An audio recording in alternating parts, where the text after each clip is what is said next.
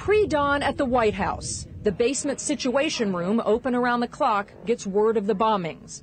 The National Security Advisor, Sandy Berger, learns the news and wakes up the president at 5:30 a.m.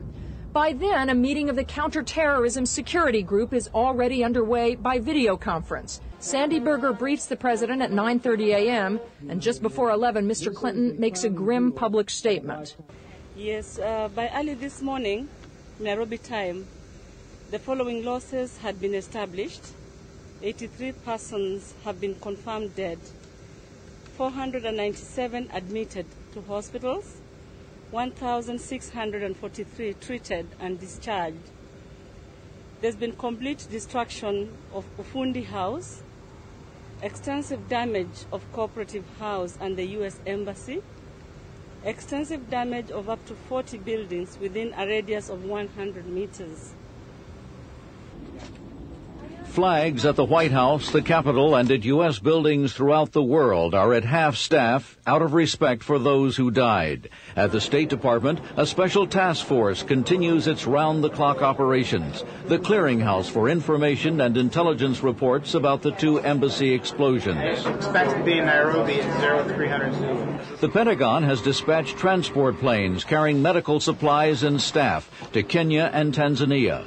An anti-terrorist security team has also been dispatched along with FBI personnel. White House officials say the president is serious about finding those responsible. We will use all the means at our disposal to bring those responsible to justice, no matter what or how long it takes.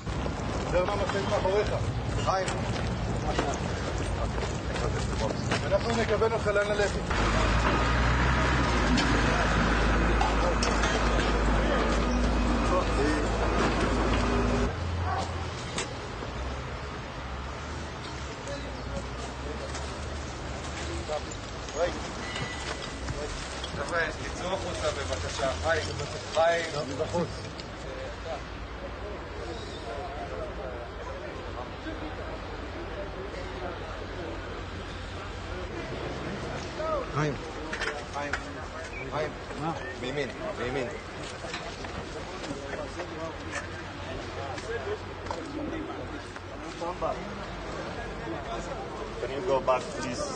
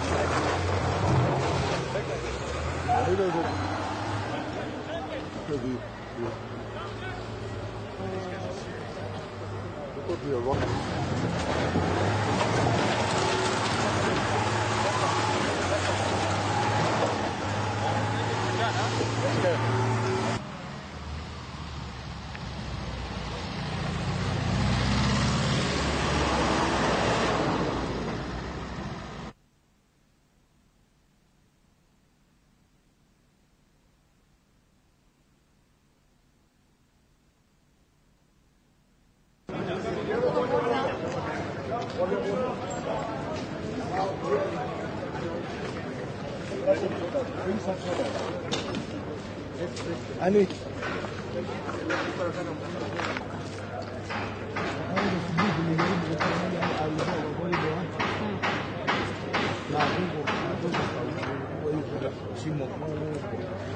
Ndio hiyo iko ndani.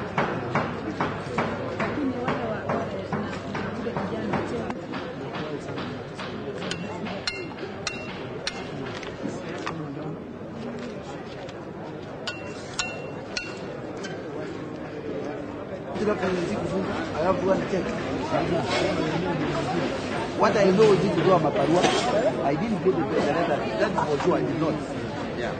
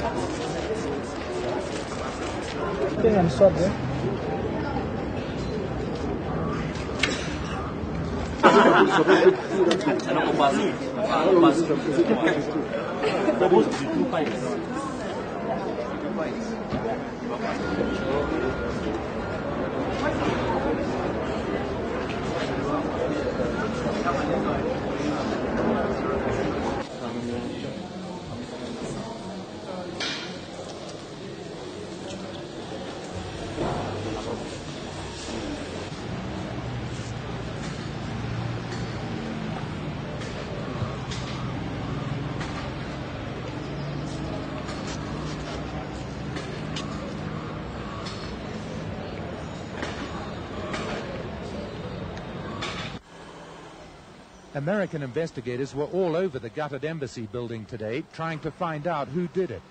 Rescue workers have been told to avoid contaminating possible evidence at the scene of the terrorist attack. So we try to go in and disturb as little as possible, try to be very careful about what we do move, and then work very closely with the military, police, FBI, whoever is on the scene handling that aspect. The investigators are looking now for 2 elementary clues, but they're being tight-lipped about their progress. Have you seen any evidence which would point to what kind of explosives were used or what kind of vehicle? I couldn't comment on that.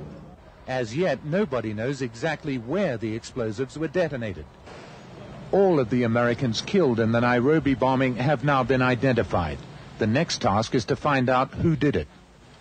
Teams of FBI agents working with investigators from the State Department and the U.S. military have begun hunting for evidence. At the rear of the embassy, where the bomb exploded, rescue workers are still digging in the ruins of a secretarial school pancaked by the force of the blast. The Kenyans fear there could be 30 more bodies under the rubble. Americans wounded in the Nairobi bombing have been airlifted to a military hospital in Germany. Investigators are hoping some of them may be able to recall the moments before the blast, any details which could help identify the bombers.